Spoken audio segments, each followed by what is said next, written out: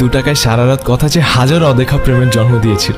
তার মধ্যে আমরাও ছিলাম। কলেজ ফাঁকি দিয়ে 108 কিলোমিটার পথ অতিক্রম করে 2.5 ঘন্টা পর যখন কুমিল্লা পৌঁছালাম, তখন তুমি বিশ্বাস করতে পারছিলে না ঢাকা থেকে একটা ছেলে তোমার সাথে দেখা করতে চলে এলো। তুমি ঢাকায় এসে ভার্সিটিতে ভর্তি হলে আর আমরা কাটানো শুরু করলাম আমাদের জীবনের সবচেয়ে স্মরণীয় অধ্যায়। তখন বলতে গেলে প্রায় প্রতিদিনই দেখা হতো,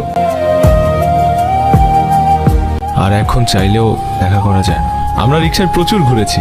তুমি বলতে আমি রিক্সার ডান পাশে বসলে তোমার জন্য আমার কাঁধে মাথা রাখা অনেক সহজ হয়। রিক্সার চাকা ঘুরতো, তুমি চোখ বন্ধ করে আমার কাঁধে মাথা রাখতে, আর আমার নিজেকে পৃথিবীর সবচাইতে সুখী মানুষ বলে মনে হতো। উত্তরা থানা কি কখনো ভুলতে পারবো আমরা? ওই থানার সামনে তুমি প্রথমবার আমাকে কিস করেছিলে। ভীতু তো ছিলাম আমি, তাই সময় থাকতে তোমাকে অর্জন করতে পারিনি। মনে আছে কুয়াশার চাদর আমাদেরকে আলাদা করে ফেলতো বাকি পৃথিবী থেকে? তখন আমাদের শরীর যত কাছে ছিল, মন ছিল তার চেয়েও কাছে।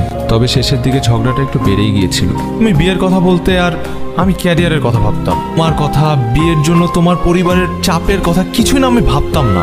শেষ যেদিন তোমার সাথে আমার কথা হলো, সেদিন আমার জ্যাকেটটা বুকে জড়িয়ে তুমি প্রচুর কেঁদেছিলে। তো আমি না কিছুই করতে পারছিলাম না। এরপর 5টি বছর কেটে গেল। আজ তোমার সাথে আমার আবারও দেখা হবে। ওই যে তুমি চলে এসেছো, বরাবরের মতোই গোলাপ ফুল। ফুলগুলো আস্তে করে তুমি আমার খবরের উপর রাখলে।